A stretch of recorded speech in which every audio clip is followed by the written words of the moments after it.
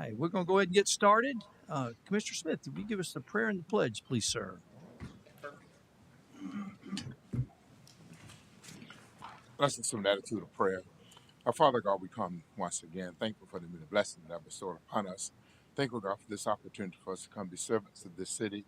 We ask that you lead and guide us now through this meeting, oh God, that our hearts and minds will come together on one accord, and that whatever we shall do will be pleasing, acceptable in your sight. And we continue to pray for those in California that are going through the wildfires, oh God, for all the first responders. Bless them, protect them as only you can. We ask in thy Son Jesus' name. Amen. Amen. I Pledge allegiance to the flag of the United States of America and to the republic for which it stands, one nation under God, indivisible, with liberty and justice for all.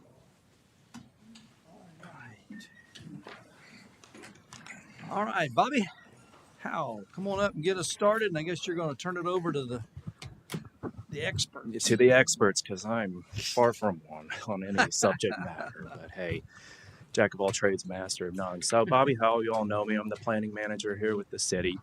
You're familiar with the Wyld Oaks project. It's generally located on the northwest corner of State Road 429 and Kelly Park Road, and is located in the Kelly Park Form-Based Code area. As you'll recall, the groundbreaking was held on January 19th, 2024. Very similar conditions as we have today, kind of rainy and cold, if I remember correctly. Yes. So that's why it stands out in my head. A little bit of background about the project. Original rezoning was adopted on October 19th, 2022, and was called Kelly Park Rezoning. Following that, annexation of the Golden Gym properties was adopted on May 17th, 2023, and the rezonings of the Freeport and Golden Gym properties were adopted on July 19th, 2023. As I previously mentioned, groundbreaking ceremony was held on a very cold January day. And on February 13th, 2024, a joint workshop was held with the Planning Commission and the City Council to address the developers' concerns related to how the overall Kelly Park Form-Based Code would integrate into the design of their project. Following this workshop, staff was directed to work with the applicant to address those concerns. And then what we did after that is we contracted with a consultant, Stringfellow Planning and Design, one of the leading urban design firms here in the Orlando area. In a few short minutes, you'll hear from Alex Stringfellow on more of the technical aspects of what we've done with the code. What has come out of this is the drafting of a town center overlay district in the Kelly Park Interchange form-based code. So it's very similar to what was called the MedTech overlay, which was adopted into the Kelly Park form-based code back in 2018. And there will be a subsequent comprehensive plan amendment to help implement this code and designate this area as a town center area. Purpose of this workshop this evening is to solicit ideas, input, and any questions you might have prior to the code being presented in public hearings. Following Alex's presentation, representatives from Wyld Oaks will discuss changes in further detail. So, without ado, Alex Stringfellow. Moving forward, the slides is this button here. Yeah, that's it right there. Good evening, Mayor and Commissioners. Thank you for your time. I'm going to go over the rationale of how we viewed this code update and code appendix and kind of our thinking from an urban planning perspective, how we look at these types of issues, these types of applications, and our qualifying criteria for recommendations that we give to both the applicant and staff. So the intent of our work here is to review the Wyld Oaks application and provide feedback, again, on best practices. Our most recent work that's relative and relevant to this type of application is we worked on the Groveland Form-Based Code that was adopted in 2020. It affects around 22 square miles, so it's a citywide form-based code. We've just wrapped up the Crystal River Form-Based Code that affects about 10 square miles. That was adopted in December of 24. And we're currently looking, we are the urban design consultant for the city of Winter Park, and we're refreshing their urban design standards in their downtown and focus areas. So we've kind of developed a criteria by which we develop and organize our codes. So the KPI, again, is a form-based code. And when we look at our form-based codes, we address the high-level issues and we get down to the nitty-gritty details. So we set up our table of contents in that manner. And we work with the applicant very closely to provide a very consistent document to kind of our recommendations. And I'll talk to those key items that we work with the client or with the applicant on. So first, we talk about blocks and streets. So blocks is an organization of streets that are walkable, interconnected, and that does a couple things, making sure we have the right size blocks.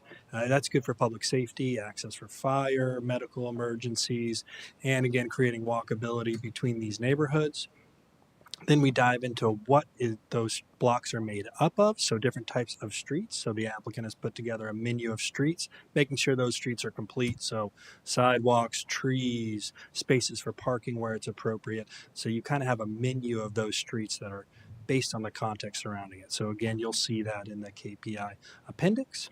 And then that there's open spaces throughout that network of streets. And those open spaces are located within a walkable distance to all the users, whether it be office, residential, or otherwise within that district. So we worked on that as well. And then that gets down to the more nitty gritty detail. So appropriate zoning, which is your setbacks, your heights, spaces between building, accessory uses, and heights, and any other type of intensity requirements. So the volume of your building.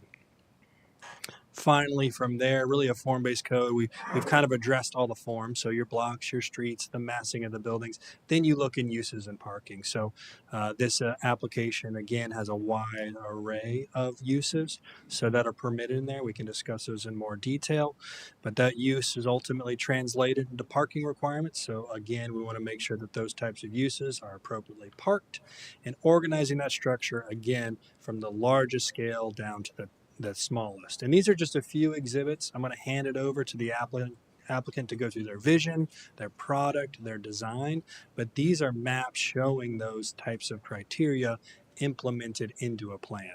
So they put together a conceptual plan that lays out their network of streets. In the top right, you see that street colorized maps. These are the types of streets that they are going to propose to use, and they're based on their surrounding context and use. And in the lower right-hand corner, they have different types of open spaces that are all walking distances from these different types of use. So that's a really broad perspective of the project. I want the applicant to do their presentation. They have a lot more information on this.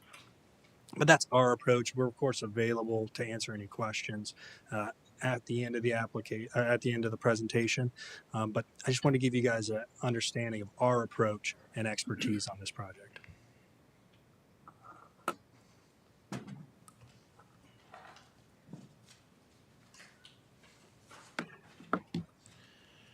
Good evening, folks. My name is Joe Beninati. I'm the founder of Wyld Oaks. I want to thank the City Council and the City Planning Commission for your time tonight and the opportunity to advance this plan. I also want to especially call out the Apopka staff for going above and beyond in terms of research, study, collaboration, and partnership to make our joint recommendations tonight about advancing the Wyld Oaks plan such a special opportunity. I'm just taken back by the amount of work that has been done jointly by our teams and how much time and effort they've put into this. I also want to note that despite there being turnover in certain departments at the city, we've greatly appreciated how everyone has come together to work overtime to keep things on schedule and budget. We have plenty more work ahead of us, but really if we continue to work as a team, I think we can accomplish these goals. To date, we've spent tens of millions of dollars building advanced infrastructure and utilities on the site, and we'll shortly be placing into escrow another $6.75 million to deploy to continue making improvements to the surrounding area's infrastructure. On the design side, which is the topic of tonight's work session, we have also spent millions of dollars and invested over 2,000 cumulative hours to support Alex and the staff in producing the agenda that LRK will shortly present. Our key focus has been to advance specifics to a high-level dream that the authors of the form-based code over a decade ago set into place. We're trying to take the form-based code authors' bold dreams and fit them into the reality of the 2025 to 2035 projected market conditions. The staff has really dug into helping us to produce tonight's agenda. If we accomplish our goals, we have the chance to set Wyld Oaks apart as one of the top mixed-use projects in the United States. I will note that the surrounding Wild Oaks inside the KPI's 1 mile radius has thus far seen a large amount of single-family development and some typical strip center development. While not to disparage typical strip centers or single-family subdivisions, our goal at Wyld Oaks is to develop something more special, something that the form-based code dreamed about, but this is very hard. It is the road less traveled, and it's fraught with doubters and risk.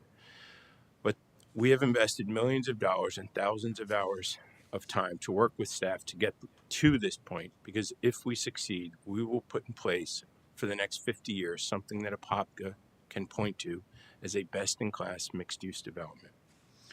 Tonight we'll hear our team talk about how a key focus has been on open space and walkability, bedrock elements of the Wyld Oaks planning. From a practical point of view, let me share what that means to me. I aspire to one day have a resident drive to Wyld Oaks on a Sunday night after a family visit and park her car.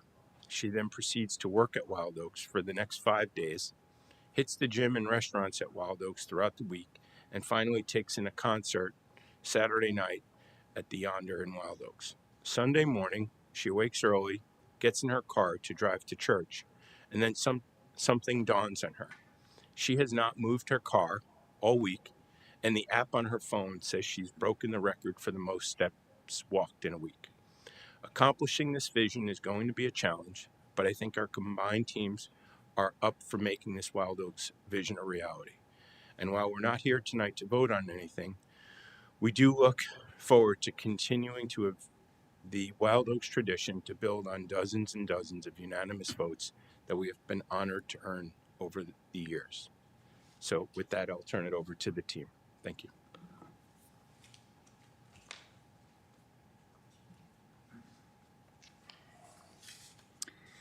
Good evening. I'm Jim Constantine, Principal of Planning with LRK, and I'm going to walk us through kind of an overview on what is intended to really help the city achieve its vision for one of the primary target locations in the mixed-use Kelly Park Interchange area, the KPI. This new mixed-use character zone is only applicable to large sites. It promotes a wider range and mix of uses, and it will create a greater amount of public open space accessible to all of Apopka's citizens. For more than 2 decades, our firm, LRK, has been involved with designing and implementing special communities at places like Celebration and Baldwin Park. That's given us a great understanding of how you put a place like this together and bring it from codes and plans to reality. And these 2 places actually are the vision of the KPI. We also live, walk, play, and continually analyze historic places from around the country, including locally places like Winter Park, places that have stood the test of time. So it's a continued learning to inform how do we create a great place. So bringing us to the KPI, surrounding the interchange of Route 429, which is shown in yellow in the center of the screen, and Kelly Park Road, is the mixed-use KPI area shown in red, where Wyld Oaks is the largest and most strategically located development parcel. The city's planning efforts guide and concentrate mixed-use development concentrated around these 2 yellow asterisks at the key intersections. On our side, it's the Kelly Park Golden Gem Road intersection where Wyld Oaks is located. On the other side of the 429, it's the Kelly Park Road, Plymouth Sorrento Road intersection.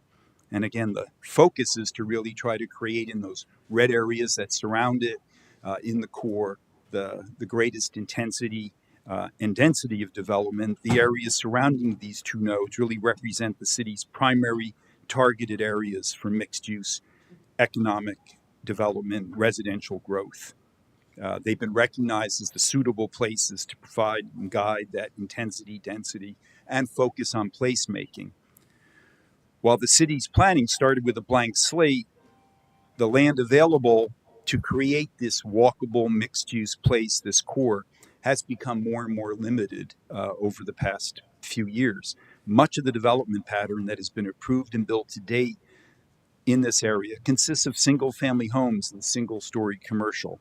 The easy things to do based on market dynamics versus the more challenging mixed-use place.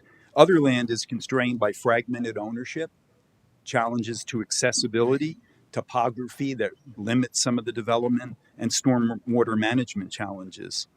Wyld Oaks, with its extensive frontage on Kelly Park Road, is the largest assembled developable tract with infrastructure available to help the city achieve its vision somewhere in this area at one of these key locations. And from this point forward, the plans have reoriented, and so north is to the left, West Kelly Park Road is over on the left, where you can see that we have frontage on all of the key roads, Effie, Sadler, Golden Gem, in this area. Last year, we presented to you a voluminous analysis. I think some of you remember how thick it was and how many things had been identified that were challenges in the existing KPI form-based code. For instance, the open space, and this isn't the existing underlying districts, there are 5 of them here.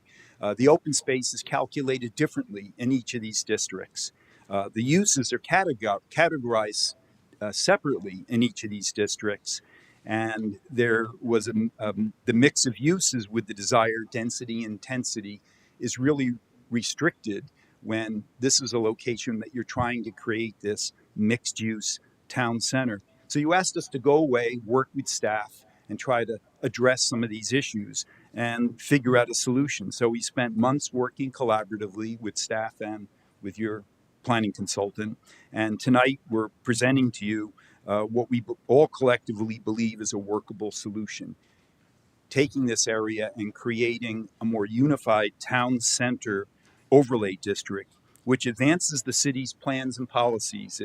It addresses the future land use element for mixed use, your economic development goals, your vision for the KPI interchange, the land use plan, the goals, objectives, and policies for this area. Everything would be addressed by this overlay, which also creates some very notable community benefits. First, a greater amount of open space, publicly accessible open space, a broader and more balanced mix of uses for this entire area as opposed to segmenting and parcelizing it by each of those underlying districts.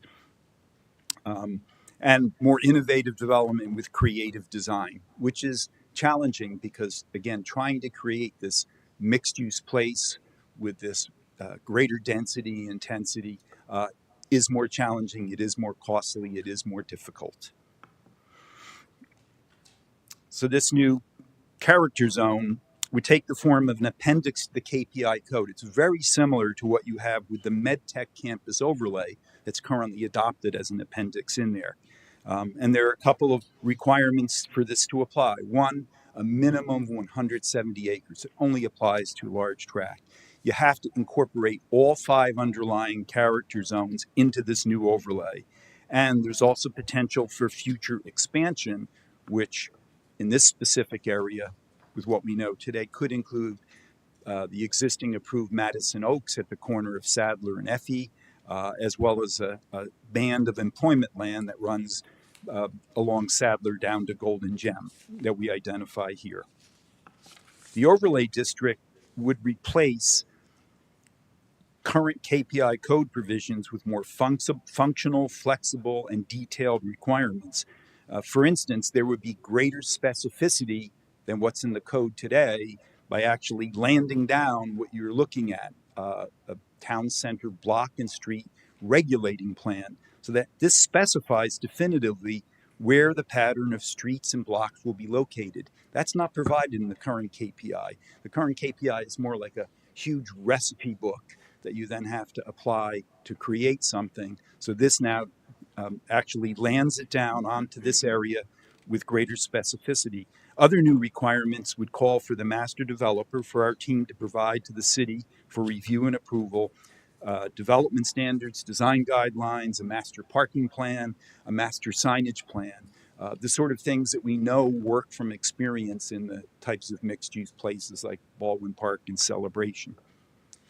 The Town Center Overlay District also includes an open space regulating plan, which you see pictured here, which starts to identify where some of the key larger public parks and open spaces would be located. Again, something that's not contained in the current KPI code, which again sets goals and types of open space. Here we're actually saying, here's where some of them are, how they're going to come together in terms of creating a network that's located, distributed, and designed that way, master planned, and also within walking distance, accessibility of anybody that works, lives, or plays here at Wyld Oaks. The overlay would require more open space than the requirements of the current KPI code. The current code requires 10 to 20% open space in each of those 5 underlying character districts, 10 to 20%. We're going to raise this to a minimum of 20 across the entire gross tract area. So we're raising that minimum up to a higher level.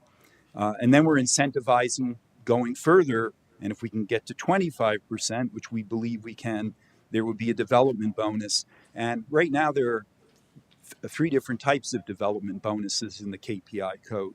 One is for parking structures, one for mixed-use buildings, and one for transfer of development rights. Those would all be replaced by just a bonus only if we have this additional open space of 25%. The The Town Center Overlay District identifies some of these landmark public open spaces. The first is yonder. This is this great more than 10-acre stand of heritage southern live oaks that you can see out by 429. It's meant to be accessible and inviting to all citizens because we really think that this is we've been blessed by nature with a uniquely special place that we need to care for. And it also represents sort of the above and beyond environmental protection that we've woven into the master planning here. So we protected and preserved this area, which will become also the focus for surrounding neighborhoods that are knit around and focus on the magnificent mature trees in this unique park. And that's an example of one out there. Wild Green at the center of Wyld Oaks, you can follow that blue hour down, is a centrally located park that can be seen and reached from multiple directions. It's really the center place. It's a green gathering place that's integrated with the shopping and dining of our Main Street area, our mixed-use town center, so that it becomes part of that experience. And it's, again, a gathering space, not just for our residents, but for all citizens of Apopka. The overlay district requires an expanded network of open spaces. Some blocks will have courtyards, such as what you see here, framed by residential buildings that will count towards the open space. We've also provided for linear open spaces like Muse. The blue arrows show you where 2 of those are in this framework regulating plan. The Muse we talked about last year is a type of linear park open space that's not recognized in the current KPI code. And we think the more types and diversity and variety that we have in open spaces, the more interesting and dynamic Wyld Oaks will be as a place. There'll also be potential for small pocket parks and dog parks, again, not recognized in the current KPI code, things like you see pictured right here. And a few months ago, some of you may be aware that we crowdsourced public input in creating America's Top Dog Park, where we envision that being a unique hallmark of Wyld Oaks with numerous special features for pets and their owners throughout the community, which again would be part of the open space network. The overlay district requires that open space up near West Kelly Park Road, which you see here at the start of our main street. We have a small one there that, again, is not recognized in the current code. We think this is our landmark gateway where our main street is accessed from West Kelly Park Road. That's located right there where the blue arrow is on the left side of the screen. The overlay district If we look the other way down Main Street from Wyld Green looking back, these were the renderings that I think you've seen published publicly that we sort of launched at the major retail show here in Orlando a few months ago. Part of this street also could become counted as open space. If we take parts of Main Street and were to actually pave them and treat it more as a plaza, similar to this treatment at Baldwin Park, colored texture pavers, bollards in place of curbs, the ultimate pedestrian-friendly street, a shared space. It's a lot more costly to design and build this, but this would also be part of that open space network and sort of blurs these relationships and just creates an incredible pedestrian experience that's continuous. And portions could be used as a festival street as well, as you see pictured here at Lakewood Ranch in a mixed-use community that we designed there at Waterside. The overlay district also provides for a much greater range of street types, similar to what Alex Stringfellow mentioned before, than the current KPI code, which really has a couple of them that are a bit more of a one-size-fits-all that need to be adapted. So while there are too many for us to show all, within many of these street types, we have multiple variations. We've really been digging down and working with Kevin at Kimley Horn and trying to provide a greater level of detail for what the streets should be, how they get applied, and where. So for instance, on our Main Street, and we have, again, multiple conditions along our mixed-use Main Street with different section types. We have planned for where utilities would be located. We're addressing travel lanes, parallel parking, sidewalks, street edges, including storefront displays and sidewalk cafes. And for instance, our new street types also allow for things like cafes to flank both sides of the pedestrian walkway on the sidewalks. Again, we showed this image to you last year. This is not permitted under the current KPI code. So we think these streets will really achieve the vision that you've set out.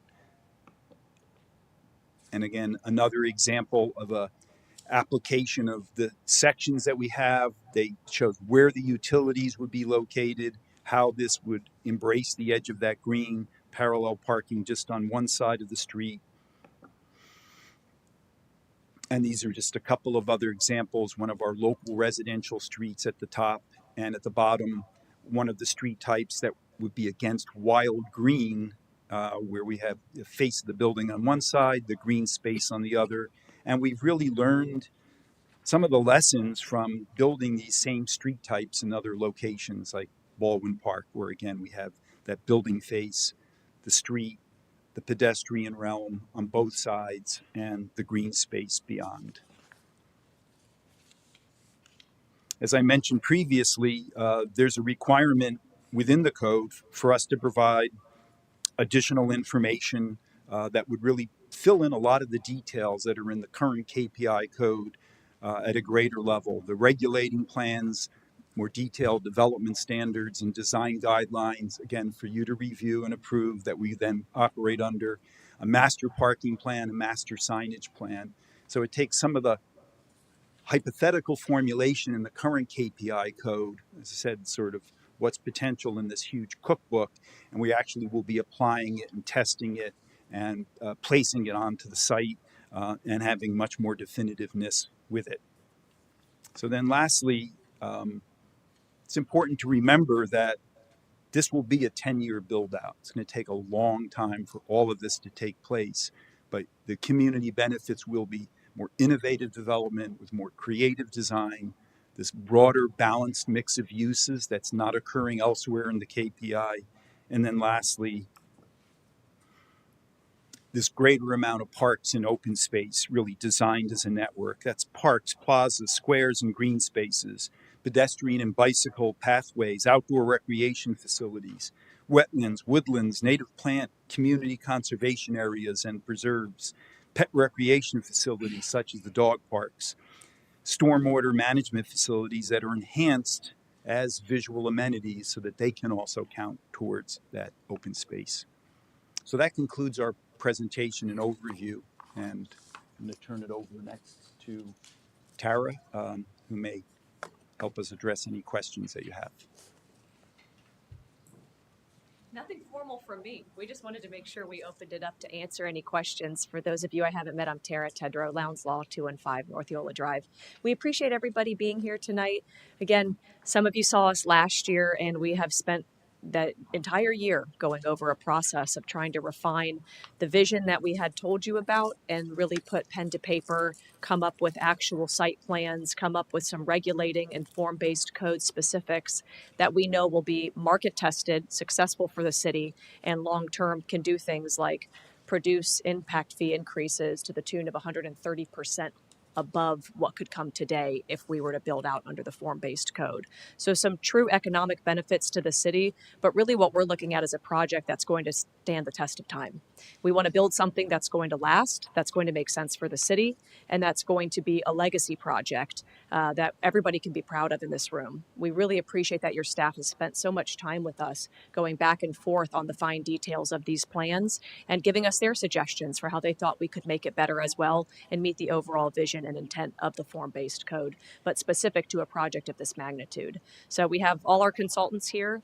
Open it up. It is a workshop, so if any members of the public had questions or comments that they wanted us to answer, we'd be happy to answer them too. If we don't have answers for you tonight, we of course understand that formal applications, which are pending a sufficiency review following tonight's workshop with your staff, those answers are going to have to come if we come before you for our public hearings, P&Z, and then City Council for any adoption of text amendments that would follow. Well, I have a question. Sure. I can have Jim stand back up with me.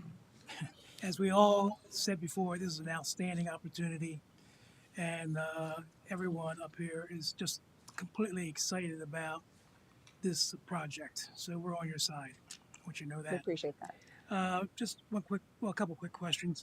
The build-out plan is 10 years. So I can see, obviously, anybody can see that you got some of the infrastructure going on up there already. But in terms of the build-out plan, how are you going to phase that? The village center comes first, housing comes next. What is your vision on that? The markets are codependent on the mix of uses. And when I say that, the first groundbreaking of residential is set to happen in April of this year. So there'll be approximately 325 units that will be built. The retailers are always interested in the number of roofs and doors that have been built, because if you're opening a brewery or a restaurant or a store, you're worried that there aren't enough folks to be there. So we need to break that Gordian knot. We're going to start with these 325 units, and I think there's a high likelihood that there could also be a groundbreaking this year for a medical use as well. Although that's not yet signed, there is some very hard work being done with ourselves along with this medical operator as well. So that would be creating office jobs. The groundbreaking for the 325 units would be creating residents that would then allow the retailers the confidence to invest their money to begin to open up restaurants and stores. So are you saying then the housing would have to come first to justify the build out of the village town center? I almost say that they're codependent, and it looks like we're just starting. We're going to break the Gordian knot and start it with the residential, and we hope start it with the medical use later this year, and then we'll hopefully have our first retailer break ground as well in the second half of this year. They're going to need some approvals because they're planning on also having gas. So they'll have a little restaurant, but believe it or not, there's not any place to get gas within 3.1 miles of the main street of Wyld Oaks. So that's the first retailer that's going to sign up. Okay. Let me just tell you what my two next questions are, then you know what they are, then you can answer them. How's Okay. Sure. that? Somewhere in this document, I saw big boxes. Mhm. Tell me about these big boxes. We're not talking about Costco's and we're not talking about Sam's, are we? So that would not be a use that we contemplate at Wyld Oaks. Big boxes. There may be other owners of property in the KPI that are contemplating big boxes, but for us, that's not our target market. Okay, and you're looking for an exception of the distance between where alcohol can be served and schools and churches. I believe the city code currently is 500 feet. And I believe I read something where in here you're looking for that to be waived. Is that right? Jim, could you comment on that? There's a technical question. I'm not certain, sir.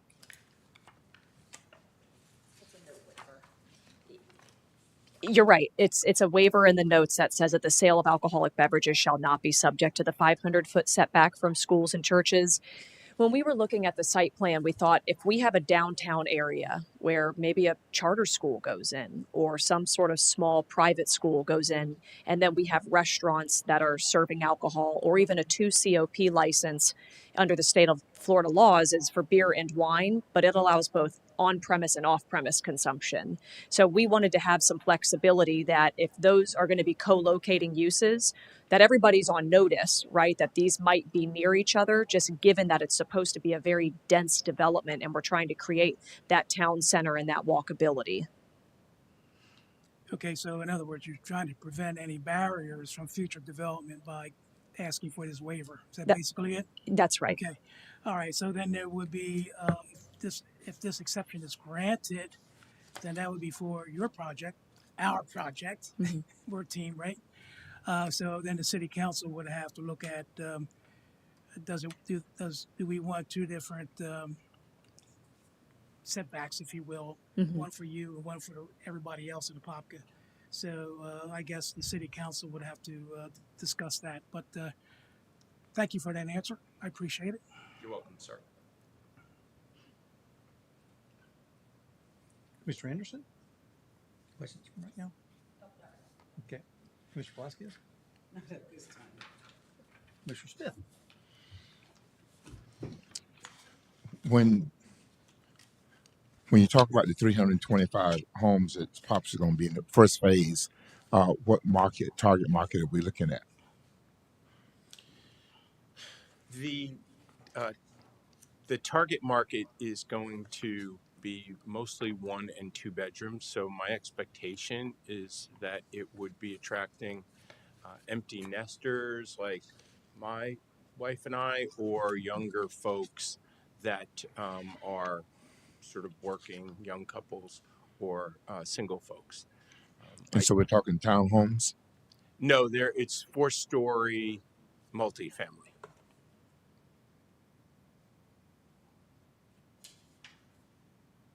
In market rate. And their market rates, sir. Yes. All right. Okay. Commissioner Nessa? I appreciate you guys being here and making time for this. It definitely helps to have the dialogue and understand the goals here and get some clarity on where we're going, or the goals of where we'd like to go. There's a couple, the attachment that was provided for the agenda, that was created by your team, correct? If you're talking about the list of code standards. Correct. And there's some different addenda, things like that. Yeah, so we created that, staff evaluated it, gave us feedback, we revised it. Okay, understood. So in there it says that that the goal is to offer varied housing opportunities. We're not going to have any single family homes, correct? Any detached single family homes.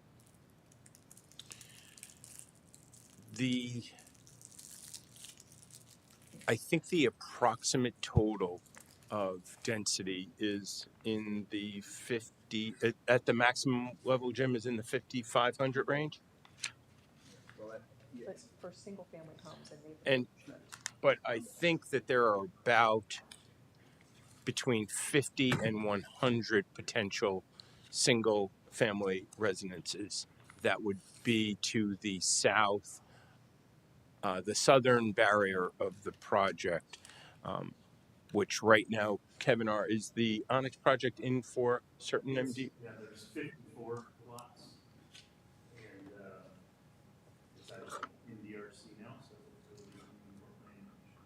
And that's Yes, right there. right there where my mouse is. That's because that's a neighborhood district area. Gotcha. And what does the SWM mean on the? It's stormwater management. It's an amenitized stormwater management area. Gotcha. Okay. So because of the Highlands, it's approximately at 125 feet. All of our stormwater retention areas will be dry. So for most of the year, they'll be usable. You can play soccer. People can walk in them. But when we do have heavy rains, they'll probably, not be accessible for 6 or 12 hours, depending on how hard it rains. Okay. And it's my understanding, and I think this isn't specific to you guys, this is in our code, 75% of the stormwater ponds can be used as green space or open space in the calculation. Is that accurate? Or did I read that accurately? Correct, if it's amenitized, and that's a provision of your existing code. I thought, yeah, and I just want to, that's not specific to you guys. That's our whole thing. So that's part of your increase that you'll be using is in the calculation of that 20% is part of 75% of those. Correct. Okay, understood. And then the request is to change from a minimum of 190 acres to a minimum of 170 acres, correct? For the town center overlay district. Yes. Okay. Yes. And then we're removing the employment village zone. There might have been, I think your red line might have picked up something.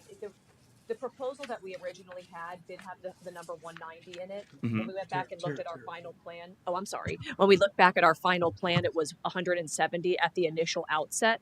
So that's why that change was in there. It wasn't kind of for any other reason. If employment got taken out, that was an mistaken deletion because it should not have been.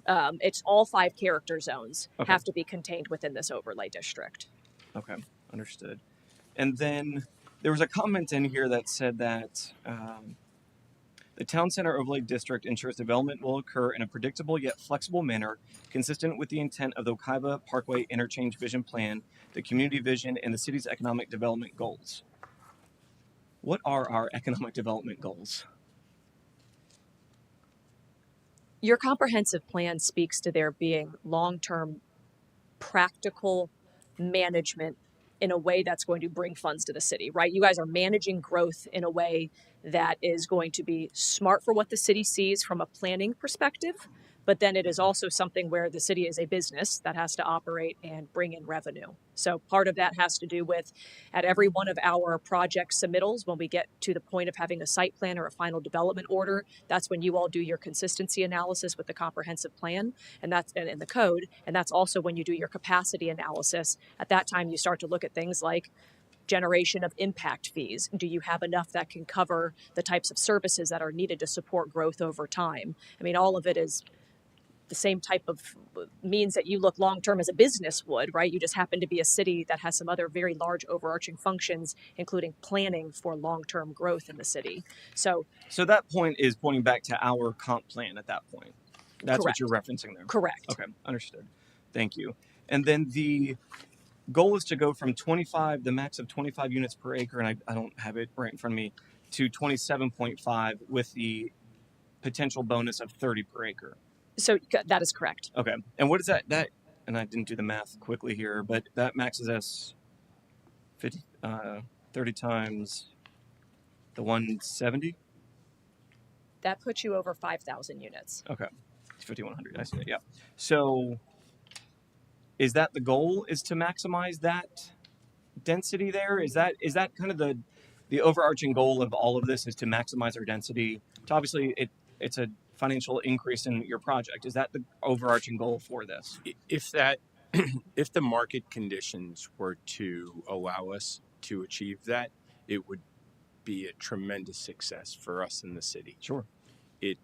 Right now, the market will accept 4-story garden apartments as the principal financeable type of multifamily.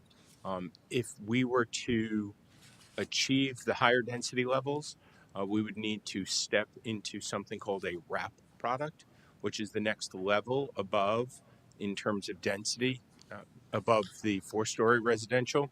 At this moment, if a developer were to come to Wyld Oaks and aspire to do that, my sense is with interest rates where they are and with rents where they are, they probably would not be able to finance that. So I could see those types of buildings getting built in the second half of the project, and in the first half of the project, the more meat and potatoes that's financeable. Kind of more standard or traditional that Yes. we're used to right now. Yes. Okay, understood. And then I was going to have a question similar to Mr. Washington in reference to the alcohol setbacks, but you guys answered that. Those setbacks, is that similar to what is occurring in either Celebration or in Baldwin Park or Winter Park? Are we seeing that in action and working well together, or is this more of theoretical? When you're referring to the setbacks, In reference to the alcohol, schools, churches, things like that, are we seeing that in play that I can look at and point to and say, look, it's successfully going on there? Well, I'll tell you, in Winter Park's code today would not allow it, but St. Margaret Mary Church is on one end. There's a lot of churches all around Winter Park, but Yes. St. Margaret Mary is a good example. I went there. Right across the street, you not only have a museum, but catty corner, you have a restaurant, Boca. Mhm. They serve alcohol. Kind of close down on Winter Park, if you keep going, there's some places that are 2 COP wine. The wine room, for example. I don't know if the wine room would meet proximity requirements to, I think it's the Methodist Church.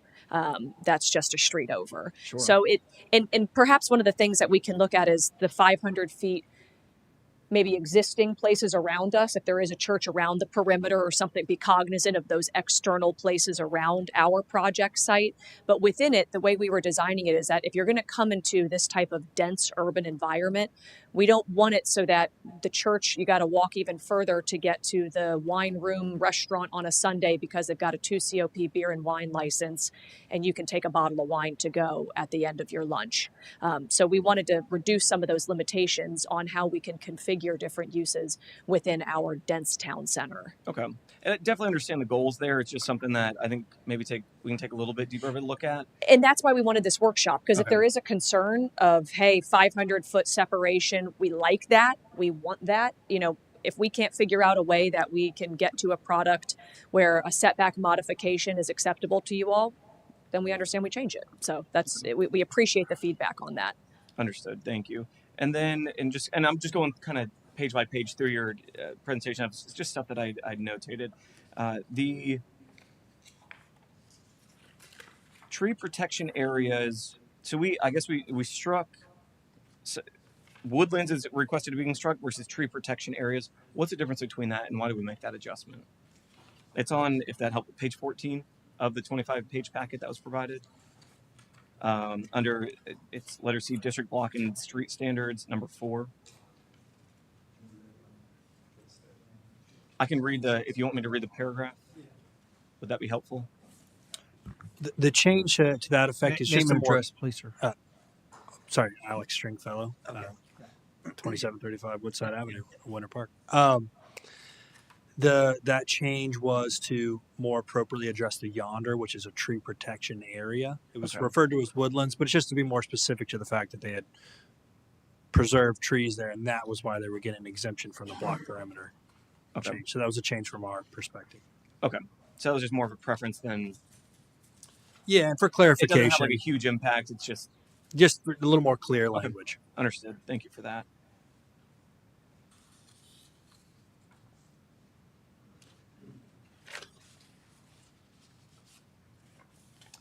I think that's all I have for now. I really appreciate everyone's time, and thank you for kind of detailing my questions there. Thank you.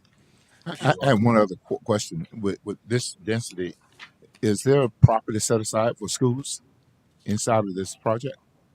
We actually would love to see a school that would operate on the property. Right now, there's been a brokerage team and an operator of a Goddard school, which is a preschool that has approached us, and we're answering questions for them. And I think they're putting their business plan together and trying to put their financing together to see if we could bring them into Wyld Oaks. But not a public school site. I don't think there's a public school planned for the property. I think That we've got two sites that will be on the Morrison Grove property.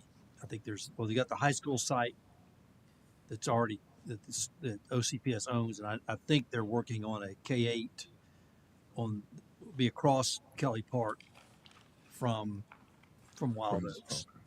Yeah, 15 or 20 acres, I think. I don't know. I mean, it's not firm, but that's what. they're working on. Yes, Chairman. You've answered my questions, and I would like to thank you for your time and the clarification on some of these, and look forward to meeting you again. Thank you, sir. Member Dooney? Good evening. First of all, thank you for this presentation. Looking at it reminds me a lot of President Development, Northern Palm Beach County called Apopka. Yes. I've been there doing that for 25 years. It's really become a focus point for economic development here. So I hope this becomes that in the future. Thank you for increasing the open space. I think that's really big, important, especially with the Member Dooney, do you need to turn your mic on, please, sir? Yep. And then, thank you. Second thing, final point I have, just want to ask about the parking on the project specifically.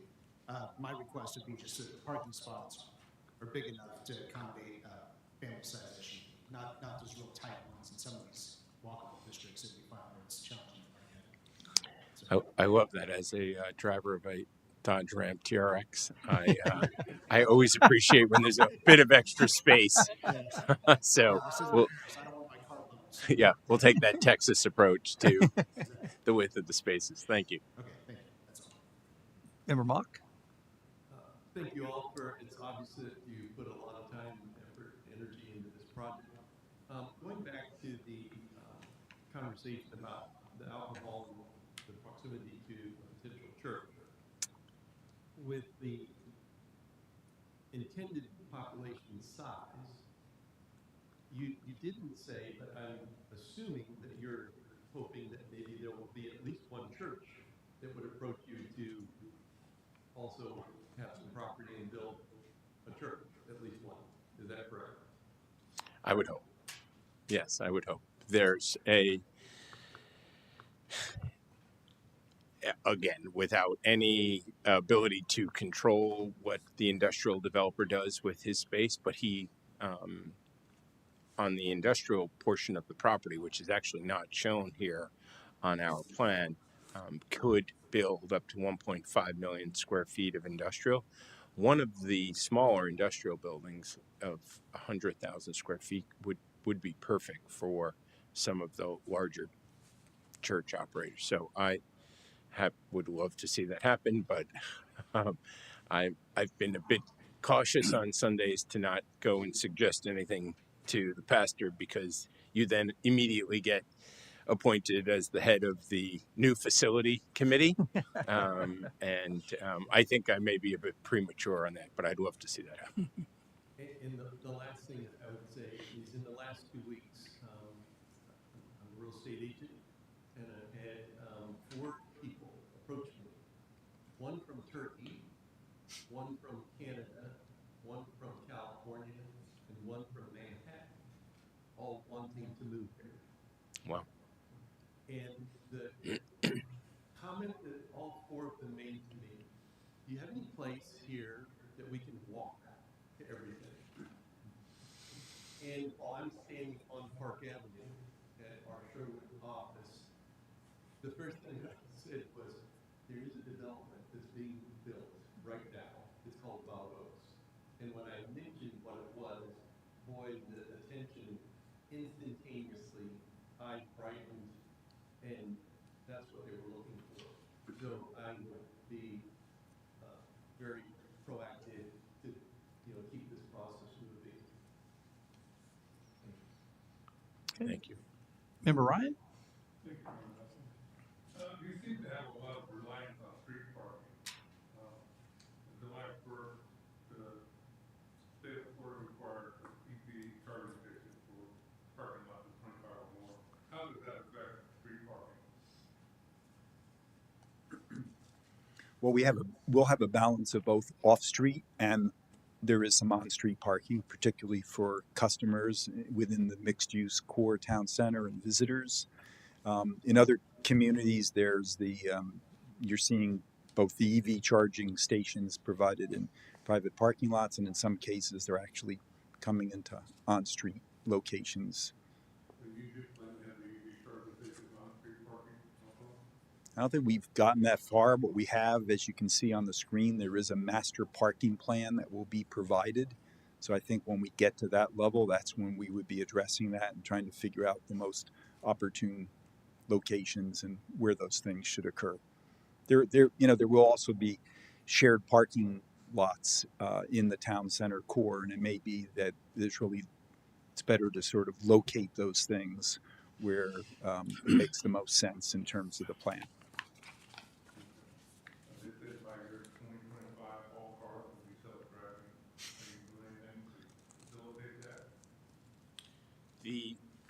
We are planning to have rideshare locations throughout the property for pickup and delivery. So if I've recently seen the Waymo product in Austin, Texas. It was one of the cities that was rolling out these rideshare opportunities without a driver. It's sort of scary to see happening in real life now, but it is coming very fast. So we are going to have places for rideshare pickup and delivery.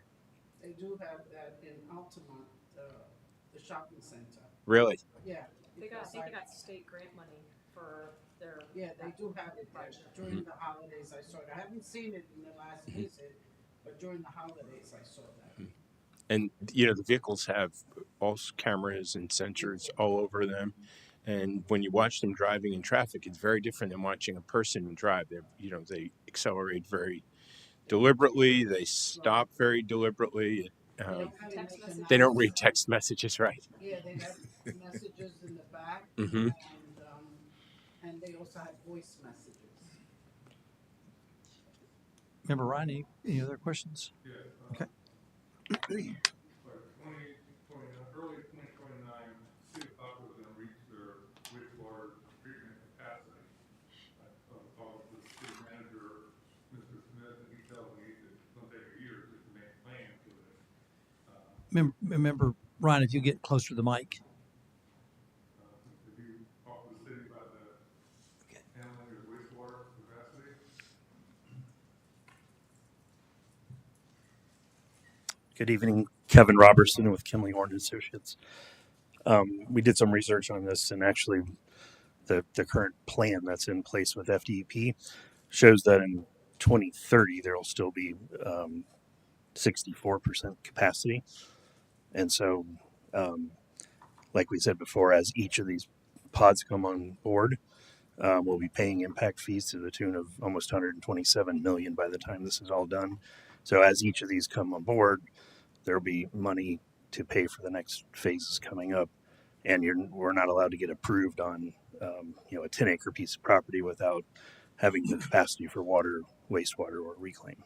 Yeah, I just don't think the whole big project is. I want to make sure we can kick down some of the other infrastructures, but not wastewater capacity. Right. Well, by state code, once you reach 75%, you're forced to do a study to implement a new plan have plan-ready documents to be able to construct additional capacity.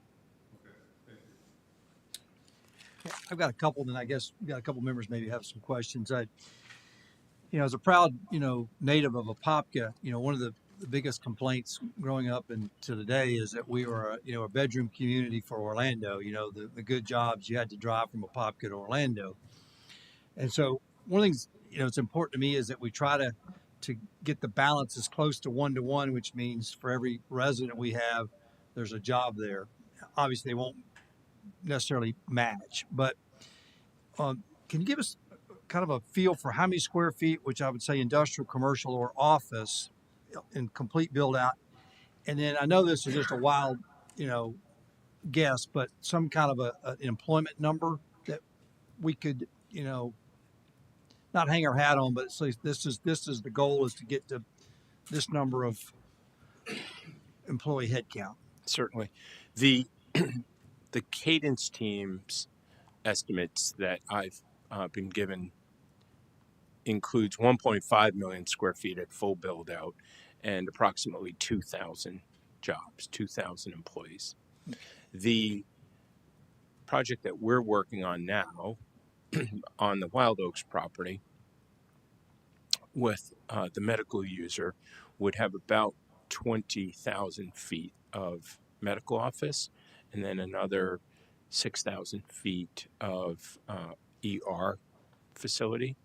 And the jobs per square foot in the medical office would be much more dense than the industrial users. So we would hope to create a bunch of excellent jobs with medical jobs with the 20,000 feet of office. That market is, the office market in general is a very, very challenging one. So we're very enthusiastic about this particular user because medical is the strongest part of the office market right now. And then the last question, you had some really nice pictures on, some of the streetscapes. And is there any way we can put a city to the picture so that we could, in this presentation, okay, they all have, They're all of them had identified, like yes. this, yeah. Oh, well, that's Winter Park, yeah. Yeah. So just so people, if they really, I like this, I don't believe that's real, then you could say, well, here it is, Add Baldwin context to Park. where it is. So it'd just be nice to have all those labels so that if somebody wanted to actually go out and, kick the tires on that community as to how that really looks and how it feels, then that would be, I think great for the community to be able to take a look at that. Would we be able to get that presentation that they're giving us today here? Sure. Certainly. Yep. Certainly.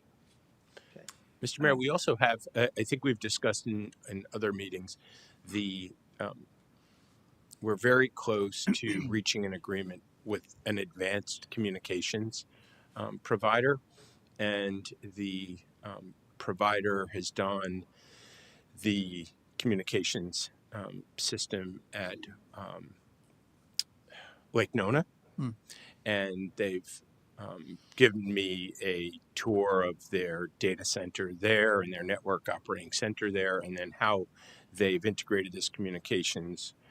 It's principally 5G and wireless and broadband for the businesses and for the home. So you are on your Wi-Fi anywhere within Lake Nona, and we would have the same system. So you'd be able almost, if you wanted to print something from your phone, if you're at the gym, it would be able to print to the printer in your apartment, which is amazing. And not that many people print, but I'm still of the printing generation. Yeah. So the cell tower that would go onto the property, I think creates a great, what we've discussed is to potentially wrap it and disguise it so you wouldn't know it to be a cell tower. We're thinking of something like a water tower, and I think it would be an excellent opportunity for the city of Apopka to have its brand and logo, because I think the estimates are now on 429, about 25 million vehicles per year will pass by, and it'll just, I think, be a great branding opportunity for Apopka. Okay. Commissioner Velasquez. Now that he's talking about infrastructure, are you considering any type of natural gas to that in that community?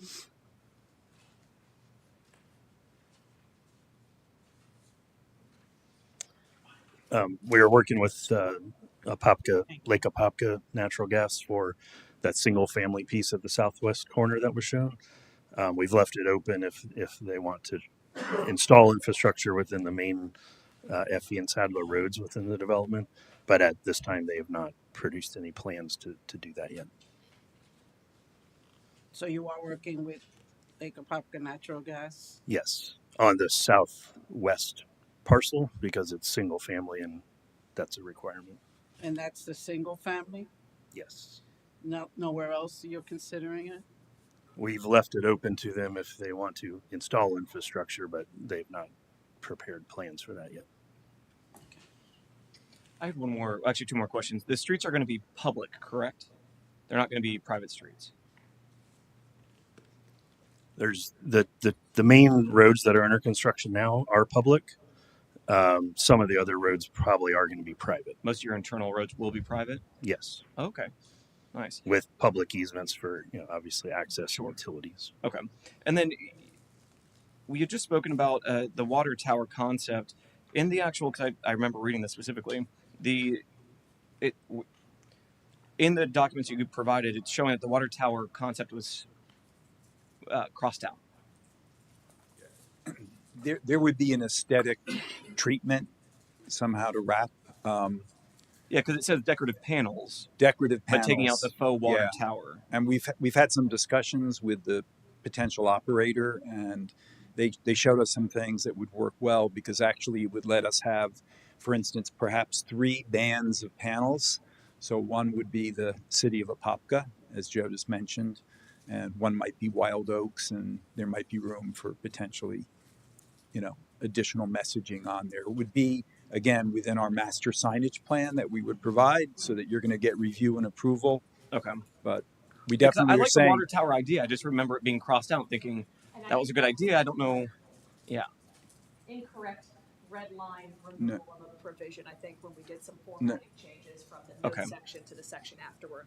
Some things got pulled that might not have been. Okay. So. Understood. Thank you. I just wanted to clarify there, because I thought it was a good idea and seeing it crossed out. Thank you. Commissioner Vasquez, anything else? Yeah, I Okay, do. Commissioner So Anderson. thank you all for the presentation. I'm kind of new to the commission, so getting an update on everything. I'm kind of excited about the innovative development, some of the creative design ideas. I know that was one of the things that a lot of residents want, is a walkable downtown area. We don't have it here in Apopka. I know we're trying to create it here, but the design, I think, is definitely needed. Some of the questions I have in regards to more so the residential units. So I know the first phase will have 325 rental units between like 1 and 2.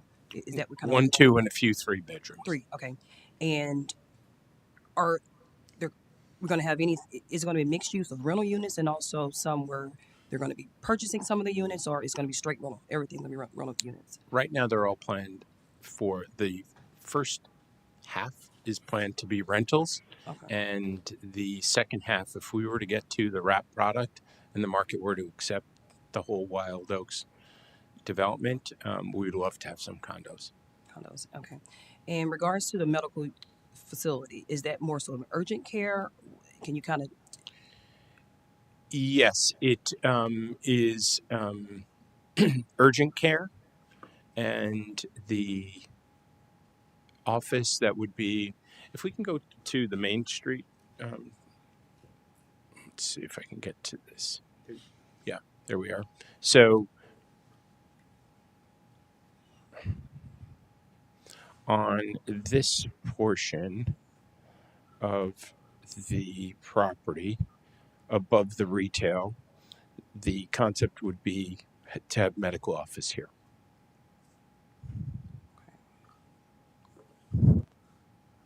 So I'm sorry, I'm looking north. So let me see the one where I'm looking south.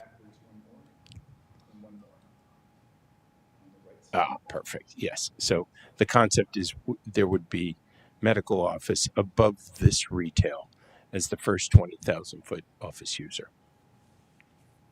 And then on this portion of the property, on the 429, is where the ER and helipad would potentially be used.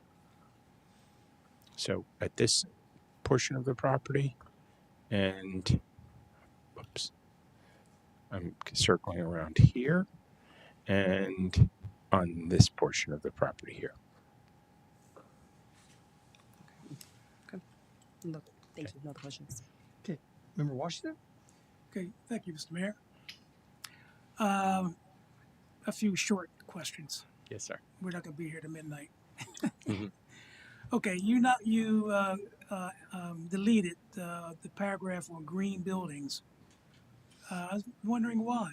It seems that might be a selling point.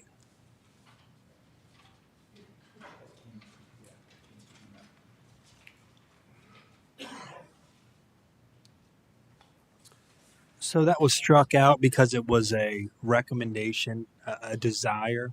When we review codes, we try and keep only requirements within the code. So it was the language that you're seeing struck out as green buildings are encouraged, which we appreciate that encouragement. But from our perspective, it's either a requirement or it's not. So we struck that language. Now, of course, they have every right to go after green building, but we like to keep code documents related to requirements. If it was the commission's desire to put that back in to the document, it's recommended or preferred, Okay, so we have are no you issue. saying it will? Are you saying it would hurt you if it's in there or not? So from the representation that, we're representing the city as a consultant to Bobby Howell. And my recommendation is that you either the commission would want to require green building or not have any green building provisions within the code. So it's up to them. My recommendation was to, if it's not required, not have any language in the code to that effect. Well, I understand that. If you're not being required to do it, you're not going to do it. Exactly. That makes sense.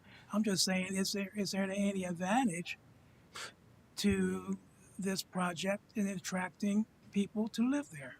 I think there could be an advantage. I think we could explore with the applicant maybe a viable solution to re-explore that language between this work session and our next public hearing, if that's the desire of the commission. Okay. And wouldn't that, to piggyback and sorry to interrupt, but wouldn't that offer or open up additional financing opportunities too for some developers if they're LEED certified, it's a LEED certified building or something along those lines? There are some. I'm not the subject matter expert in regards to financing incentives related to green building, but there are some incentives there, and there's some desirable outcomes to specific green certifications. I think. But this is more of a cleanup. It's either all or nothing. It's either all or nothing. If we want to get into criteria, that's a kind of longer discussion that would come back with a recommendation, but we wanted it black and white. Understood. Thank you. Sorry, Mr. Washington. You're excused. On the green topic, the that small strip of single family units that we have under contract here and in application right now with the company called Onyx, ONX, is actually the ultimate green and storm resistant single family home developer in the United States. There was recently an article in the Wall Street Journal about them, and I think that the press actually did pick up that they have submitted an application here at Wyld Oaks, sort of ahead of our ability with Onyx to issue a press release. But this is a company out of Silicon Valley and backed by some of the royalty of Silicon Valley investors. And they have chosen as their first two states, Texas and Florida, to roll out their product. They have a factory in Pompano off of I-95, which we have visited multiple times in our due diligence. The homes that they build are particularly green because they're all done in the factory and then they are trucked to the site. If you order a home on the first of the month, let's say on February 1st, you could move into your home on March 15th, 45 days, and there's no construction debris. The homes are Cat 5 resistant to storms. It is an amazing company. They're in the startup phase, but they've raised hundreds of millions of dollars already, and they have selected Wyld Oaks as their first central Florida location. So we're super excited to have them.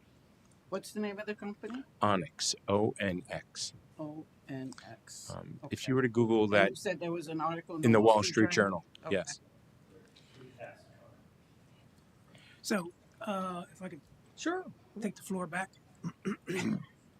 So, these green buildings, would they be throughout the project or just a certain part of the project? This is the first green developer that will be coming to Wyld Oaks. And all the homes that are sold would be Onyx homes? These first 55 would be Onyx homes, yes. Okay. All right, I'll move off of that point. the look and feel of downtown is obviously is going to be fantastic. I was just curious about the lighting. Lighting can give you a feel also about how comfortable you are. So, what are you thinking about the lighting? Will it be bright lighting or soft lighting, or just curious? Well, I think we'll work very, very carefully on the lighting in the mixed use area. I think it'll be a combination of street lights, lights that are building mounted. There may be even some places like in pedestrian passages that it's cable across between buildings. I think that the key will be using LED. It'll be solid state, finding the right color temperature so that it's not too white or blue as you get to that end of the spectrum. And there's a whole World Health Organization study on that, trying to basically keep it within closer to 3,000 Kelvin, which is the temperature that feels most comfortable, very similar to what's in this room here today, and making sure that we limit the amount of light that creates glare to the human eye, because that's really the ability. Humans have great engineering in their eyes if you don't mess it up by putting glare where your pupil dilates. So Yeah. human eye can engineer to very low light levels very comfortably.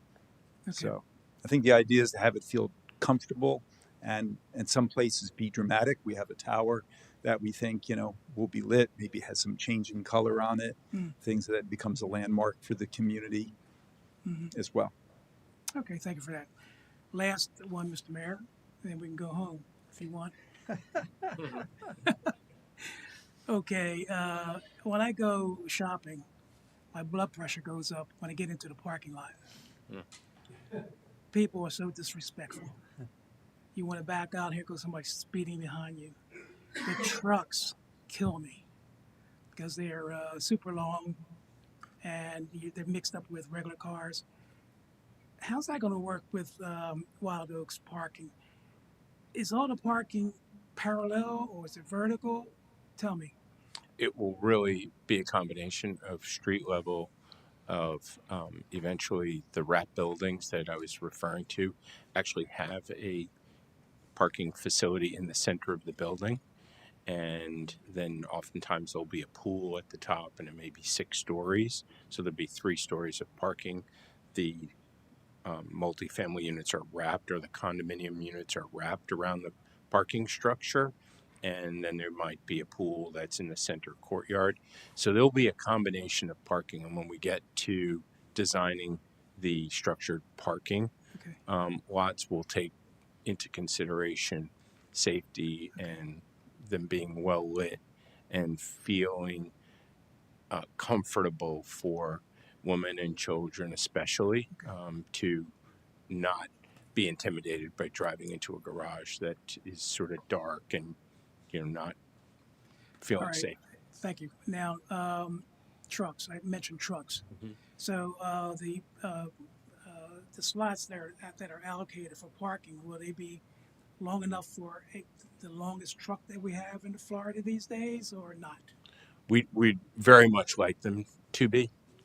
We would very much like them to be able to accommodate the larger vehicles, big trucks, the larger SUVs. I mean, that's really probably the biggest So segment right now. There's so few sedans left on the road. It's more or less, SUVs that you see in the shopping in Walmart or Target these days. Seems like the trucks that I don't own a truck, but I think you call them double wides, double axles, or whatever it is. Dualies.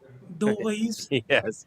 I mean, they're the ones that just kill you. Yeah, I don't think that our spaces will really accommodate dualies. Okay, will you put that in writing? And some of our streets I'm just kidding, but I'm serious. Anyway, thank you. Okay. One of the things we did add into the code that is not permitted today, and we have on basically our cross streets off of our main street, is angled parking. And I think a lot of those larger vehicles will really appreciate the fact that anytime you turn off a main street, you're going to hit streets with angled parking in both directions. Well, that's the problem. That's worse. So you're talking about with angled parking, the trucks, the dualies will like angled parking? Some may prefer that with larger vehicles. And not every. Okay. So I'm finished. I just have a quick question. Is there a fire station close by? That's one of the things that we were working on. Orlando Health has a site that at some point they have verbally committed to giving us a 2-acre site for Fire Station 7. Okay. So my only concern is that we have a form-based code and we have what we want in our form-based codes. It appears that there's a lot of changes going on from your perspective for your project in our form-based code. So how is that going to, especially, I guess this question is for Bobby. I mean, how do we work around that? We have a form-based code that says they have to follow our form-based code, but from all the changes that they're making, it's like we're changing our form-based code around Wild Oaks. If you'll remember, Commissioner, and I believe you were on the council when the MedTech was approved, Right. that's basically what they're proposing. It's basically a character zone of the form-based code. That's exactly what this intent is. So this would apply to any property that's over 170 acres in size, has multiple character zones. This would then apply to that. So it's really not doing away with the form-based code. This is a subset of the form-based code, like the MedTech is, for where the Orlando Health property is. So that's what the intent behind this is. It's the same idea. Any other questions from members or commissioners? Good. All right. Cool. Well, we appreciate the team from Wild Oaks coming out and being a part of this. Bobby, any closing comments or Joe? None. Just thanking everyone for the time tonight.